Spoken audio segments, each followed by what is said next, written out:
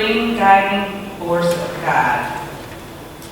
When I think of freedom, I imagine a bird in flight soaring above the earth. As the bird flies, it seems to effortlessly move through the air. Then it flaps its wings, moving upward and forward against the force of gravity. Likewise, I open my mind and heart and feel the freeing force of God within.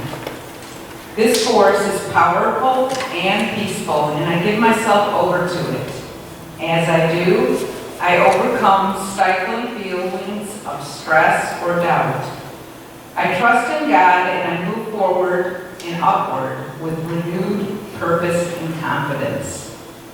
Just as a bird overcomes gravity to fly with purpose, I overcome the challenges and circumstances of my life to find my purpose and live from my divine nature. I am free. So we can say with confidence, the Lord is my helper, I will not be afraid. What can anyone do to me? This is from Hebrews 13:6. Okay, this is a sing-along, and if you know the words, by all means, join in, okay?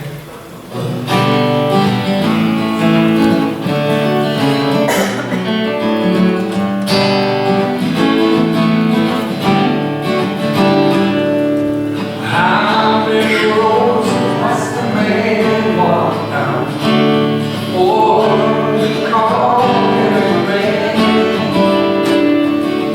How many seas must the white dove sail before he sleeps in the sand? Yes, and how many times must the cannonballs fly before they're more dead ever ran? The answer, my friend, is blowing in the wind. The answer is blowing in the wind. How many years can a mountain exist before it is washed to the sea? Yes, and how many years can some people exist before they're allowed to be free? Yes, and how many times can a man turn his head and pretend that he just doesn't see? The answer, my friend, is blowing in the wind. The answer is blowing in the wind. It's in how many times must a man look up before he can see the sky? Yes, and how many years must one man have before he can hear people cry? Yes, and how many deaths will it take till he knows that too many people have died? The answer, my friend, is blowing in the wind. The answer is blowing in the wind. One more time.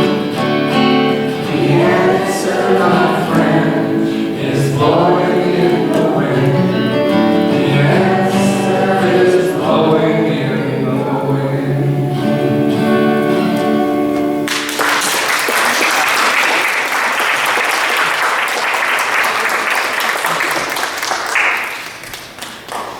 Good morning, Unity East. Good morning. I would like to begin by giving a shout out to my dear friend Connie and thank her for not turning on my mic while we're singing. I appreciate that, especially during the hymnal part, because then I have to remember back just a few years ago to when I last read music in high school. So thank you for that. I'm not sure I remembered well. So join me in saying our statement of being. First, let's take a big breath. It's rainy, it's a little gloomy out there. Let's fill ourselves up with some sunshine first. Doesn't that feel good? As we say these words, I want you to really hear them. We so often memorize these things and we spit them out without letting them even pass through our mind. So let's take it a little bit slow and really remember. what these words mean. God is all, both visible and invisible. One presence, one mind, one power is all. This one that is all is perfect life, perfect love, and perfect substance. I am an individualized expression of God. I am ever one with this perfect life, perfect love, and perfect substance. And so it is. Did you really feel the I am in that? It's a truth that we so often forget. So one of the things I like to do whenever I'm getting ready to talk, or just even in my own calendar, I like to look and see what are some of the observations of the month or the week. And there's this really fun website called brownielots.com. And they list everything from Christmas to World Day of Prayer to National Penguin Day. Who knew there's actually a thing? So I looked it up, and I just picked out a few, because there's a long list for May. But here's a few that I felt were so aligned with unity and what we're about. It's Family Wellness Month. It's another thing we sometimes forget, our family. They're often the ones that take the brunt of our bad behavior, have you noticed? Because we love them and trust them and love us anyway. It's also Healthy Vision Month, and I suspect that has to do with eyesight, but we know there's something so much greater, both invisible and visible, right? Mental Health Month. That's something I take very seriously. I encourage all of you to check in on one another and to reach out for help when you need it. There's nothing to be ashamed about. Bring up that conversation, and we'll talk about that a little bit more. It's also National Meditation Month, National Smile Month, Spiritual Literacy Month. This is really good. I love it. It's also, this week is National Anxiety and Depression Awareness Week. Take a breath. It happens to all of us. All of us. I started this morning by sharing with a few people that I live 10 minutes away, and somehow I get lost in the land of my daydreams, and this might stop, and I'm like suddenly in Mount Clemens. Even when it's not into the point of anxiety or depression, we all get lost, and we all lose track of ourselves a little bit. So we're in this together. It takes a village. Let's work as a tribe. My most fun though, the first Sunday of May is World Laughter Day. Oh, I know, I want you. So to go with that, I have to apologize to you that I wasn't able to be here yesterday to inform you that yesterday was no diet day. And it was also World Naked Gardening Day. So I'm sorry you missed out, but you can celebrate like if you need to. So think about some of those things, and how do we honor or acknowledge the things in our life that mean something to us? We don't need a day. We don't need, National Meditation Month to meditate. But it's nice to remember. Like I've always thought about that with random acts of kindness. It's like, do we really maybe we can do it more than one day out of the year? Maybe we can be kind every day? Imagine that. But we have to really become aware of our thoughts, our actions, all of it, how we're living our everyday, in order to honor any of this, or just the basics of our spiritual practices, right? It's easy to forget. It's easy to forget the truth of who we are. So, in light of the, lack of light outside, the beauty of spring rain and all that comes with it, I wanted to talk to you today about some spiritual spring cleaning. And how might we do that? When the weather starts to get nice, the trees blossom, and even in the rain, we get excited because we know what's coming. That's the difference between the seasons that happen in the weather and those in our lives. Sometimes we don't know what's coming, and the unknown can be scary. Right now, at my job, the company is going through, there's a division I'm in, a massive reorganization. And even if you don't work for my company, I bet a few of you went, just at the sound of it, right? And I'm really grounded in my faith and trusting whatever comes, no matter what it looks like, will be for my highest good. And there's some days where I'm like, okay, let's just take a breath. if nothing else, the energy and the upset and concern around us. And that happens to all of us. So with the weather, it's like, oh man, it's gloomy and it's a little bit cold again. But that's okay, because we know what's coming. We know that, you know what, we're headed in the right direction. We can go look at our phone apps and, okay, it's going to be 70 next week. We can live through this. You know, the other day when anybody opened up their door and you could literally smell snow, almost like wrong season. My daughter thought it was odd that I thought I smelled snow, but you know what I mean, right? But again, we know what's coming. So what we need to do, like with spring cleaning, like, okay, it's not time for the grill outside yet, maybe not warm enough, but it's time to maybe clean it up. It's time to look at the clothes that no longer fit, hopefully because they're too big for us now. But you know, when we give away things we donate, we want to clean up, clear out. Think about your landscaping outside. We can't just plant flowers. We have to clean out the gunk first. Clear away the leaves that someone didn't feel like breaking in the fall, so because we knew they'd be covered by snow eventually. Clean out the old dead branches so that there's space and room for the new growth. That is a healthy thing to do for ourselves spiritually too. So if we're going to take a personal inventory, and anybody who's ever been through the 12 steps, I remember going through 4T's class, and we got to personal inventories, and we did this many times, you know, this class many times, and we actually, okay, I may have it wrong, it's been years, but we got to the 5th step, I think it's personal inventory, and we literally had to create a whole class just for that, because everybody stopped there. Because it can be too much, like, I have to look at myself, can we not? I have to look at the part I have to clean up, that's not comfortable. Well, I want to remind you that it doesn't last forever. If we look, we clean it up, and then think about your garden. Isn't it much more beautiful when you clean out all the debris that's gathered there over the winter? So if you're willing, I'd like to talk today about some ways we can make some space for new growth, that we can get past that which has fallen away and no longer serves us. So my suggestion is that we begin with just a few questions. But first, just bring into mind the whole idea of God created me a clean heart. Right? That scripture alone can bring up so many things. And what does that mean? How do we create within us a clean heart? Well, first let's look at what needs to go. Isn't that what you do around the house or in the garden? All right, what needs to go? Now, I wish I could hire a whole crew to make that happen in my house, right?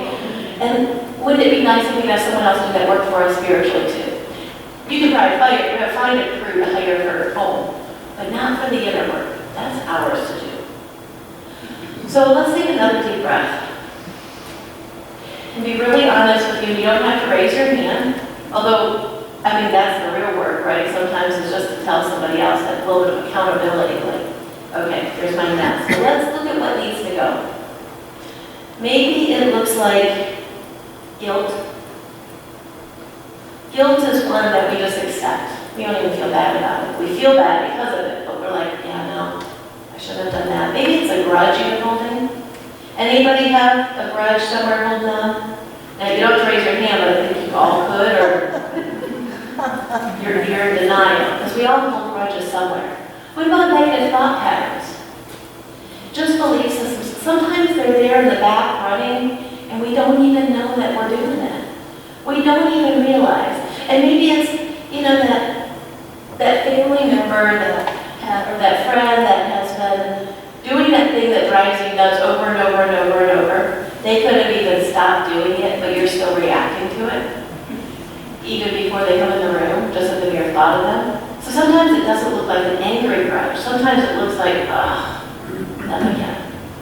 Maybe it's a coworker that you're like, oh man, they're always so difficult. Those are thoughts that limit us.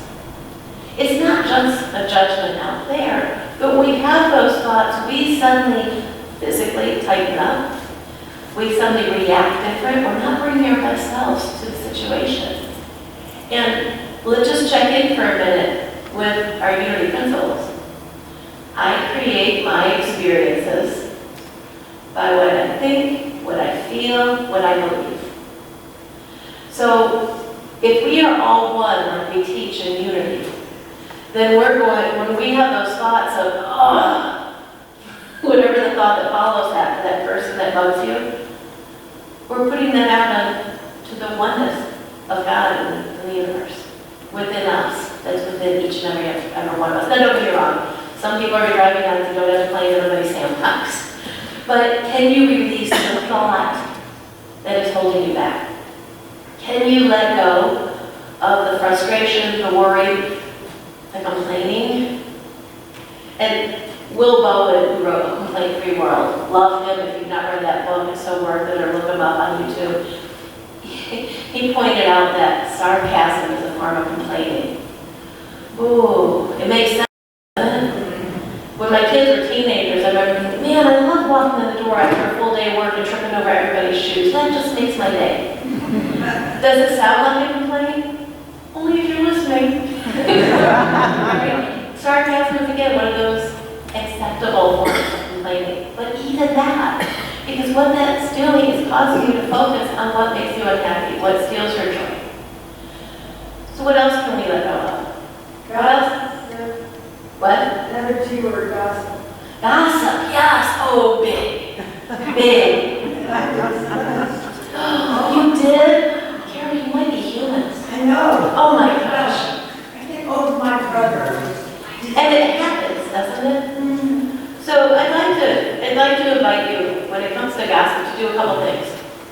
One, if we need to vent, and sometimes we need to vent, find that one person that you know can hold the space for you. Just hold a prayerful space, not be like, oh girl, I know, let me tell you about mine. Not that one. But somebody that can just let you have a moment to let it all out.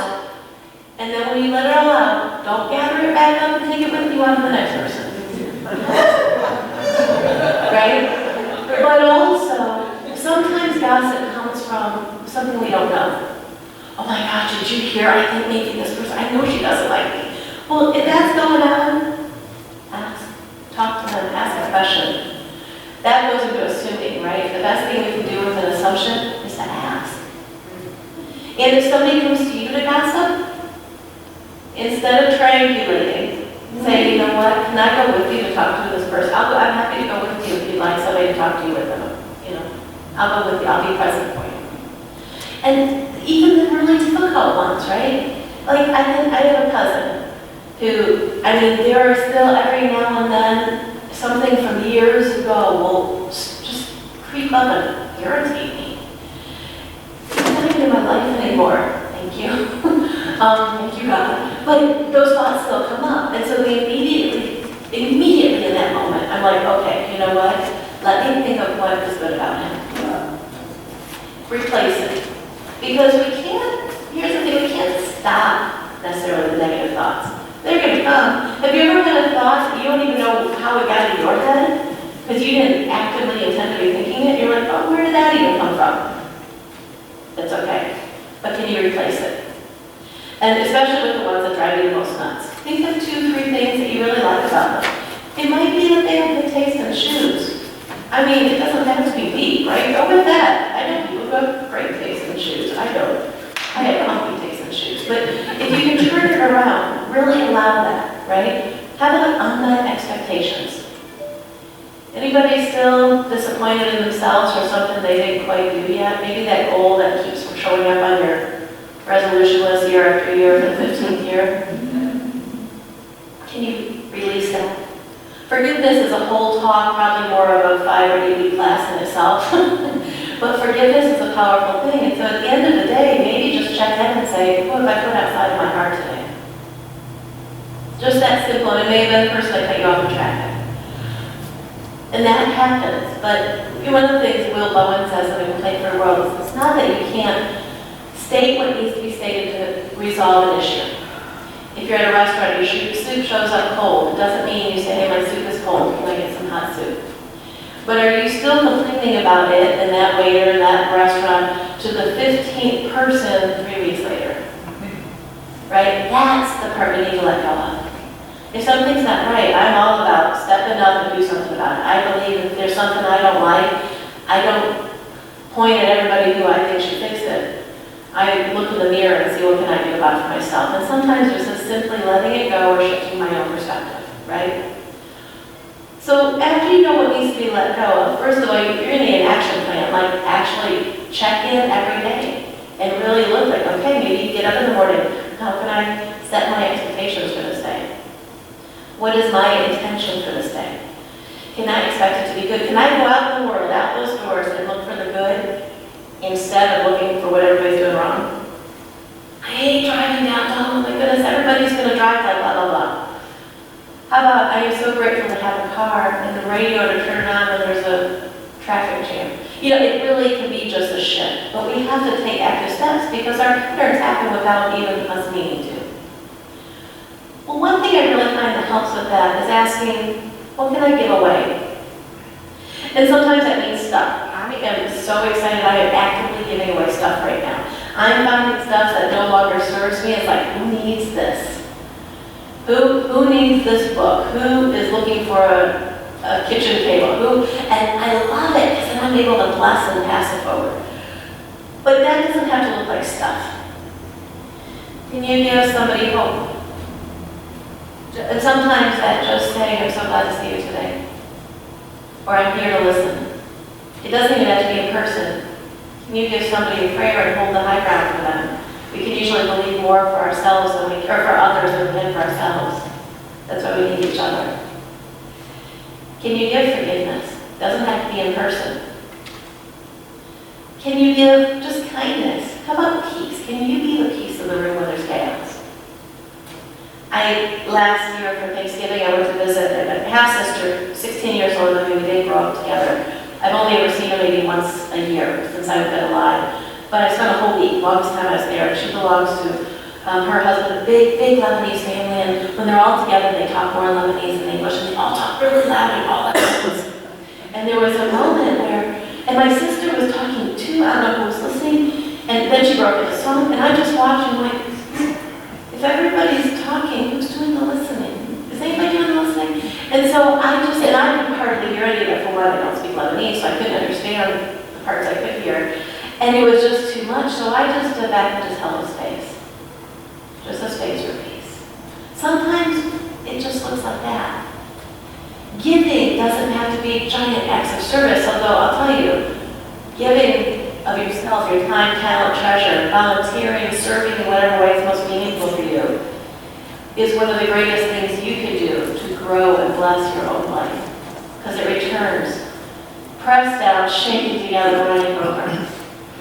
So it really is a great thing, but giving sometimes just simply says, I can see success for this person or healing for this person, I don't need to know that.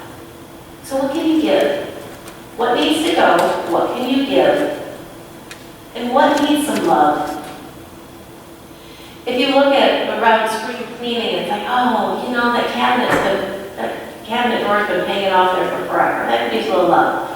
Or that tree that's been half dead now for 3 years, maybe not actually isn't really going to come back to life. So maybe it needs a little bit of love. Sometimes it just needs to go. But what about you? How about a little bit of self-care? If you've been holding on to grudges or anger, maybe you just need a little bit of self-care. Maybe you need to talk to somebody. A minister, a therapist, a good friend. I mean, sometimes we just need to tend to our own burden. Maybe relationships. Sometimes we really do that whole family thing we often tend to neglect because we just assume they know how we feel and we know that they love us and they matter. And maybe those could use a little bit of tending. How about your spiritual practices?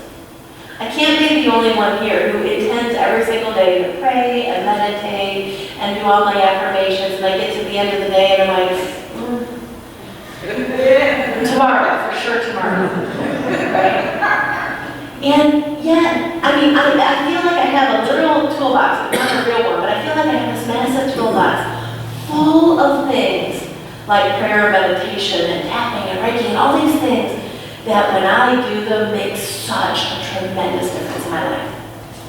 And I will walk past that toolbox, metaphorically speaking, and look at it, and I could be having a stressful moment. It's like, man, there's at least 8 things in there that'll help. Maybe pause and give them a try. Right? Sometimes it's just that little bit of, okay, I need a little bit of love. Or maybe that's something I can give, just a little bit of love. this is something that's really become a passion of mine, and since it's Mental Health Awareness Month, I also want to remind you that there's a lot of other forms of help out there. Has anybody here ever called Silent Unity for prayer support? Do you know how many people think it's a great idea to never make a phone call? And no matter what your prayer, you don't even need to express it. You can just say, I need prayer. They are so amazing. And if that makes you a little uncomfortable, there's a beautiful app on here. I was going to look it up and tell you the name of it, but I think it's called Pray For You. I think it's the name of the app. Or You Pray, one of the two. But you can put it just in my email. You don't even have to call if that makes you uncomfortable for some reason. But just to have somebody else holding the space for you can be huge, so you can kind of just exhale a little bit. But also there's a couple other things, and I have somewhere here a flyer that I put out there, and if anybody wants, and I didn't ask the board, kind of remind me, I maybe should have, but I asked for forgiveness after, and do what I want in the meantime. But I put out there this little form, and take them and share. I didn't put out very many, because my printer at home wasn't playing nice this morning, but of course, 1-800-NOW-PRAY for unity, for silent unity, but also many of us have heard of 988 for the Suicide Crisis Lifeline.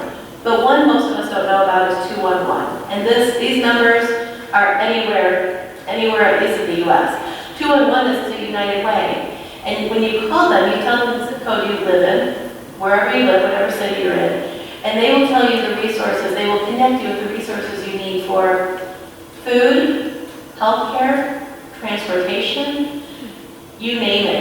To have your lights turned back on. The list is long, and you only need to remember one number, 211. And no matter where you're at, so if you know somebody that people remember who's struggling in Texas, I don't know, 211 works, no matter what the resources that you need it. So help comes in many forms, but we're not very good at asking. Have you noticed? So I want to remind you of the power of the month. And I put these out there too, so I'm going to get all kinds of trouble out here. We have some cool things on that little table. I have to join in. I wanted to remind you of the power of the month, which is the power of power. It's the power of the spoken word, though. The affirmation is, I have the power to create my world. Like our principle says, right? The power of self-mastery and spiritual presence. The disciple is Philip, and he represents the power over our thoughts and our feelings. And those are something they may come in, but you can shift them. Power, the word itself has a magical, mystical sound. The corresponding color is purple, full color, and the locations in the throat. So what words are you speaking? When you have that moment, are you snapping at everyone around you? Or are you like, oh my gosh, one more rainy day?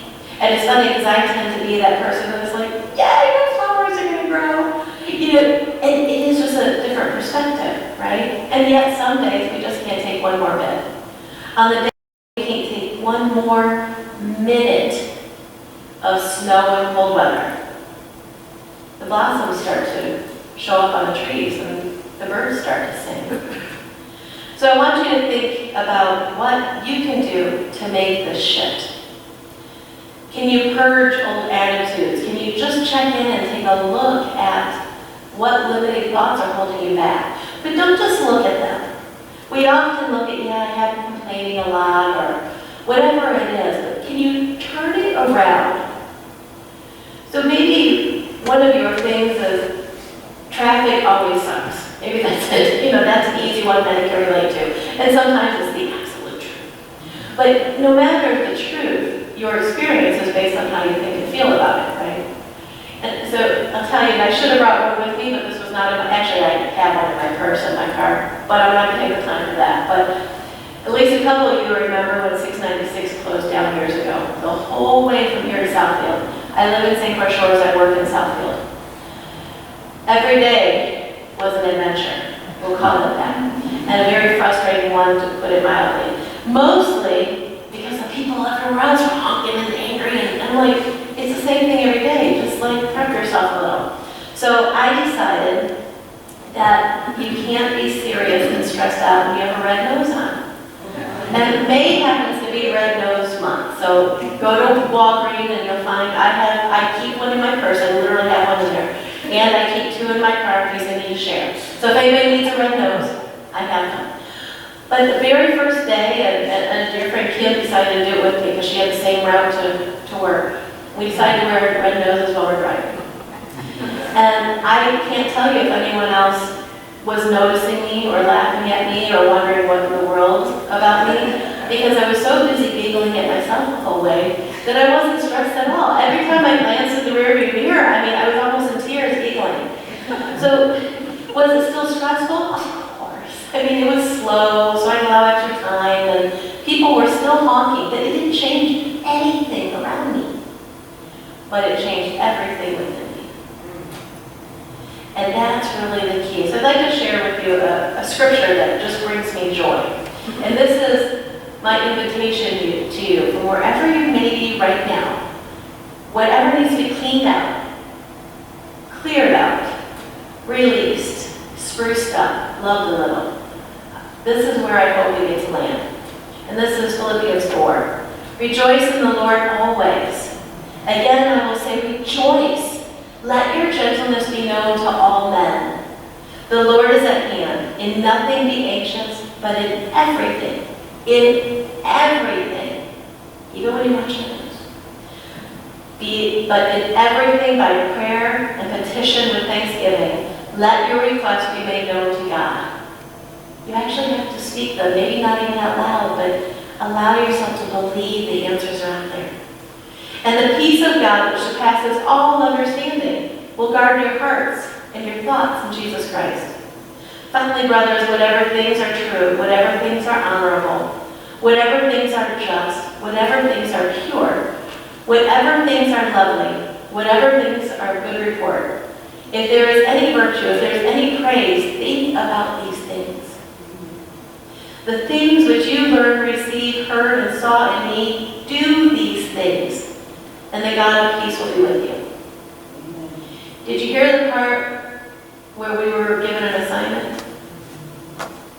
Do these things. Charles Fillmore says, we were created, this is about the scripture he's commenting, we were created to be happy, and we should render praise to God regardless of our moods or the events around us. He says, as far as gentleness, to forbear to enforce one's rights is a splendid exercise in the development of the higher will. Whatever things, if we turn our thoughts away from the outer appearance and toward the spiritual, dwelling on the good in ourselves and in others, and despite appearances in some, there is good in everyone. Everyone. Despite that, all the apparent evil will first drop out of your thoughts and then out of your life. When we shift our thinking, our experience changes with it. Verse 8 in chapter 4 is complete in itself and requires no metaphysical interpretation. And that is the finally, brothers, it says, do. It's simple.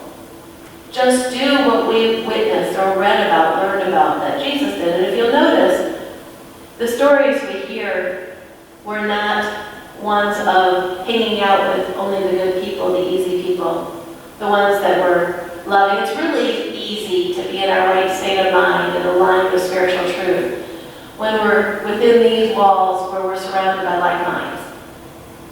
I've often said that I go to different retreats with Martha Creek and Edmund Gaines, you may know some of them, and even the 3-day walk I do, a 60-mile walk I do every year for breast cancer, is 3 days with people driven by love, and it's just amazing. So any of those experiences are just at the height of love and alignment, and they feel good, and you're surrounded by all this positive, high vibrating energy from other people. And then you go home, or to work, or the grocery store. I'd say Costco, but even I can't do that. That's past my limits. And then I'm in these places where it's like, what's wrong with humans? Don't you guys know how much better life could be if we just looked for the good? So if we have to take away all the complex words that I may have just shared and bring it down to one takeaway, it's look for the good. Just go look for the good. Like, let it be a scavenger hunt. What might you find when you go out those doors? If you're like, all right, Carol, I'm going to challenge you. Rhonda, are you up for a challenge? Let's see who else maybe can find the most good that maybe we never even noticed before when we go out into the world. And maybe it's that person who, at work who just paid attention and knows what kind of coffee creamer you like. I don't drink coffee, so I don't get that. But there's lots of excitement happens around the coffee machine. And I'm like, wow, I should learn to like this. Maybe it's just that, right? Just look for the good, look for the little bits of joy. So again, scan for what may need to be released. What are you ready and willing to give up? Are you willing to give up suffering? Anyone? Yes. I mean, like, please, right? Are you willing to give up what somebody did wrong? Because I'll tell you what, the more you think about it, they probably don't even remember anymore. Eventually, we become the problem because the past no longer exists except in the story we keep playing. So are you willing to give up that which has been holding you back and imprisoning you in the thoughts of the grudges and the gossip and the complaining? And are you willing to go out and find the good? Because it's waiting for you. It's everywhere. Look around. So I'd like to recommend this little book if anybody needs a little assistance. And I put this on the flyer because every time somebody shares a really good quote or a book, I'm like, hold on, I need to write that down. And most people don't have their pens out for church anymore. Although that was a thing once upon a time. But this is called 5 Good Minutes. There's different versions of it, but this one is 100 morning practices to help you stay calm and focused all day long. For me, how I start my day is often how I finish it. So I'd like to, as we get ready to prepare for meditation, I'd like to share with you 2 very simple, and I could share them in 30 seconds, but even if you took all the time to go through each one slowly, they're all under 5 minutes. Does anybody not have 5 minutes in a day? I mean, in the Keys to the Kingdom is a prosperity class that used to be taught quite a bit throughout Unity. And there was one point where they suggest that we spend 90 minutes a day on ourselves. And I think it actually came out loud of my mouth, but I know in my head, I went, 90 minutes, are you crazy? I mean, I will volunteer, I will cut, I cuddle babies in the hospital, and I volunteer in hospice, and I mean, like, I get way more than 90 minutes, and I love it, it's less of me, but just on me. So if you can't conceive 90 minutes, which you're totally worth, can you conceive of 5? Can you just, even when you're running late for something, 5 minutes? You spend more than that just standing, wondering what you're supposed to be doing next, right? I can't be alone in that. So here's one. Let's take up our cans. You have your can available? You always have your can available. That's a really easy one. So touching, this is just bring your thoughts back to center. And I'll tell you, whenever we use our physical senses, it brings us back to the present moment, which is the only truth. The future is our worries, the past is our resentments, and this is the only minute that matters at all. So touching your thumb to your index finger, travel back to a time when you felt healthy, whole, energized, exuberant. Can you remember a moment, maybe it was even healthy exhaustion? And you're like, oh, yes, I feel good. Touching your thumb to your middle finger, travel back to a time of a loving experience with someone special. A moment that still warms your heart. Step into that moment as if it were happening right now. See their face, remember the feeling you had. Touching your thumb to your ring finger, try to recollect the most caring gesture you have ever received. And receive that gift again now in this moment. When somebody just did something really nice for you. Maybe something unexpected. Feel that gift in this moment. And finally, touching your thumb to your little finger, travel back to the most magnificent place you have ever seen or dreamed about. And notice the beauty in that vision, the details, maybe the sounds and the smells.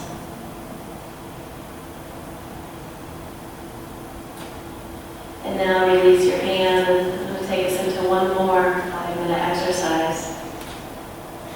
Right where you're at, sitting comfortably, breathe mindfully just for a moment. Take a few really conscious breaths. You don't have to control them, just notice your breath going in and out of your body, carrying energy, oxygen, life to every cell in your body. And then set your intention. Maybe it's this practice will bring me peace and joy. Or maybe your intention is to spread that joy throughout this day to others. And then close your eyes and breathe mindfully, just a couple more breaths. And then open your eyes and look around. Look around in this room, and as your gaze falls upon anything, silently say, thank you. Thank you. Maybe to the plants, thank you. To a book, thank you. Your phone, your friend, the chair holding you up, thank you. And as you do this, just know any additional thoughts or stories that your mind created. And just say thank you. Two very simple steps in this book. But there's so many practices that we learn within these walls.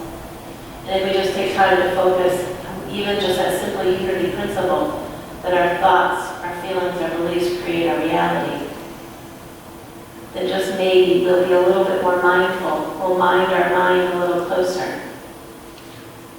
We'll catch it quickly when it's time to clear up something that no longer serves us. We'll pull the weeds a little bit more often. So now, take another deep breath and settle into the space you're at. Release anything you're trying to remember, any to do for the rest of the day. And give yourself permission to be fully supported in the chair you're sitting in or the couch maybe at home. And know that right where you are, God is supporting you always. And allow yourself to bring your attention to your breath. Close your eyes if you're comfortable. Relax your shoulders. And imagine that from the top of your head, a bright light is coming down through you.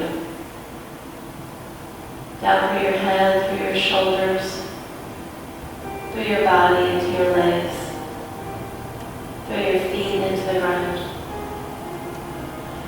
Connecting you to all that is. And now that bright light comes back up from the ground, back through your feet, your legs, your hips, your arms, through your face, through the top of your head, connecting you to the universe. And back down again one more time. Feel that light, that love of God coming through you, that light radiating through you. Down through your body and into the ground. And back up one more time. Filling you with hope, with love, with faith, with assurance. Reminding you of the truth of who you are. You are light. You are love. God is moving in and through and as you right now in this moment. And now with your next breath, bring that light into your heart and send it out from your heart out to the entire world. But begin with your loved ones. See them standing before you and fill them with that light. From their feet all the way up to their head and their head back down to their feet. See them filled with hope. See them healed. See them happy. See them releasing whatever was holding them back. Now again from your heart, send that light out a little bit further. To your extended family, your spiritual family, your neighbors, this community. And see each and every one filled with light, love, hope, faith. And one more time, through the top of your head, down through your heart, send that light out into the rest of the state, throughout the country, throughout all the countries around the world, to each corner, into every home, into every heart. Send that love, which is unlimited, into the heart of each person, so that they may remember that they're not alone. right where they are, God is, and all is possible.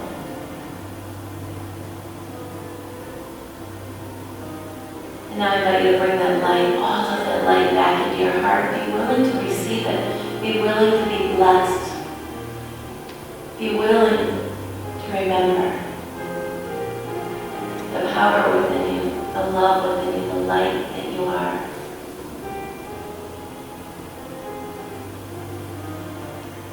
And now bring to mind something that you could be grateful for. Maybe it's big or small, it doesn't matter, just something you can truly feel pure gratitude for, and imagine it right in this moment. And let that gratitude fill you up. Allow that gratitude to be radiated by the light within you. Feel that thanks for whatever it is. Now bring one more thing into your mind that you can be grateful for in this moment. Maybe something in the past. A moment that you just felt gratitude overflowing from your heart. A moment that you can step into and feel that gratitude even in this moment now.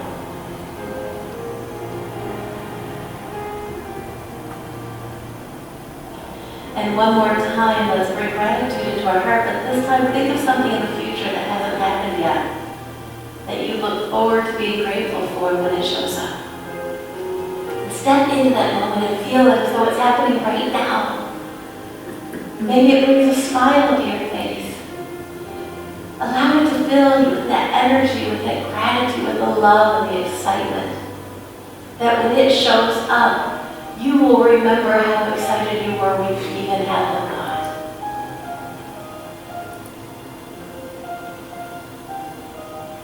Now again, welcome all that gratitude, all that love and excitement back into your heart. And know that your love in this world has been felt by others. That others have felt grateful for you, for your light. And remember that every thought you think, every word you say is a prayer. And is creating your truth in this moment. And as we think of love and gratitude and light, that is rippling out from our hearts. And I just invite you for one more moment to imagine what that looks like in the world. With every breath, as you exhale, see that love rippling out into the world. That light moving in and through and as you rippling out into the world.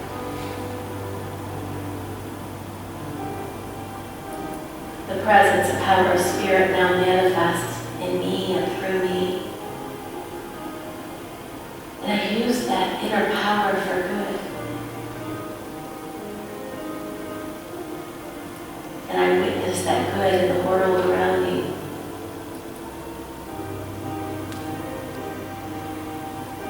As I recognize my connection with Spirit, one power, I become more aware of my inner faculty, of my inner powers. And I give it permission to energize, to renew. I release that which no longer serves me and I step into my truth, invigorated in mind, body, and spirit.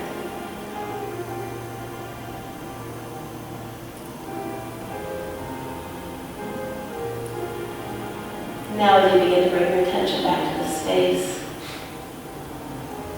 and set the collective intention as we come back into this room and go out into the world that we think and speak only positive, kind, affirming words. And that we face even the challenges with love, with light, with an openness to allow God to work through us and through others. May our eyes be open to see the good.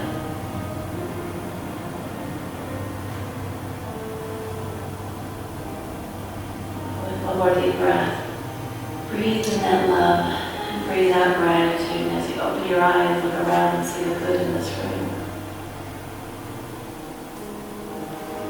And consider consider when you feel blessed by the good someone else has done, say thank you. To tell them that they make a difference. To remind each other of their truth as we all forget. Let's clean it up a little bit, those things that get in our way. And let's live full out. Let's live as the blessing we're created to be.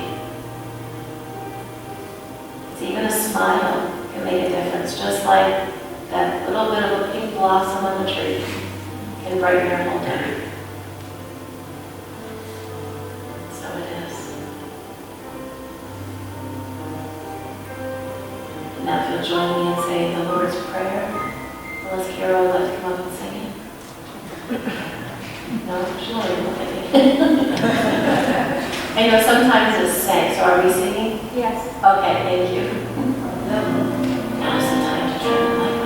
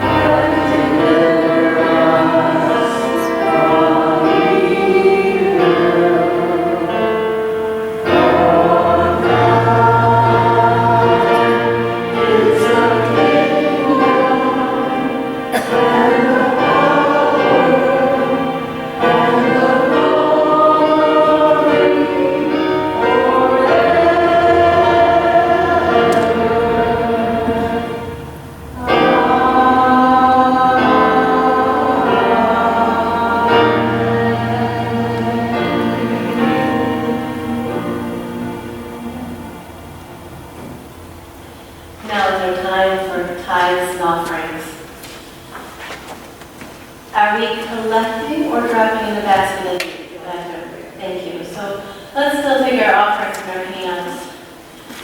And know that as you give of your time, your talent, your treasure, when we give it with love, we bless it so that it may go out and multiply that blessing. So let's begin by giving thanks for all that is given, for our volunteers, for our helpers, for our love, for our community. And also for the tithes that are given, so that this ministry may thrive and bless others. And together we say, divine love, through thee, blesses and multiplies all that I have, all that I give, and all that I receive.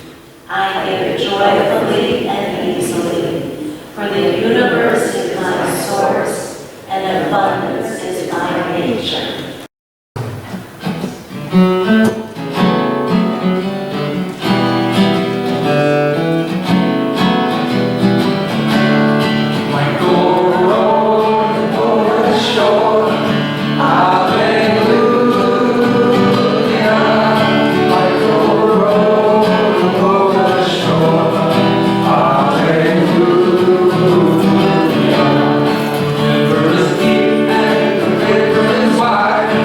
Hallelujah.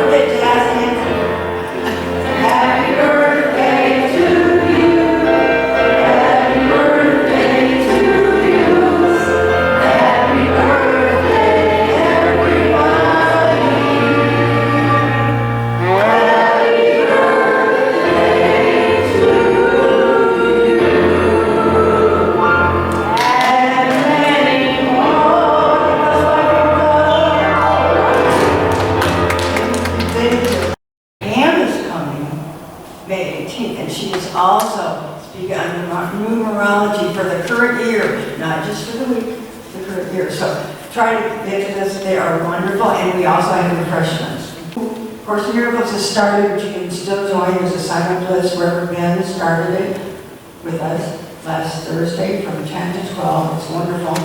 And help me, Linda, aren't we going to start advocacy toward the end next Thursday? Is that going to start, I think? First week in June. Next. For 9 Thank you. First week in June, what we're going to do? For 9 weeks. For 9 weeks. We're going to have Course in Miracles first, and then the last part of the class will be exploring education for the second part.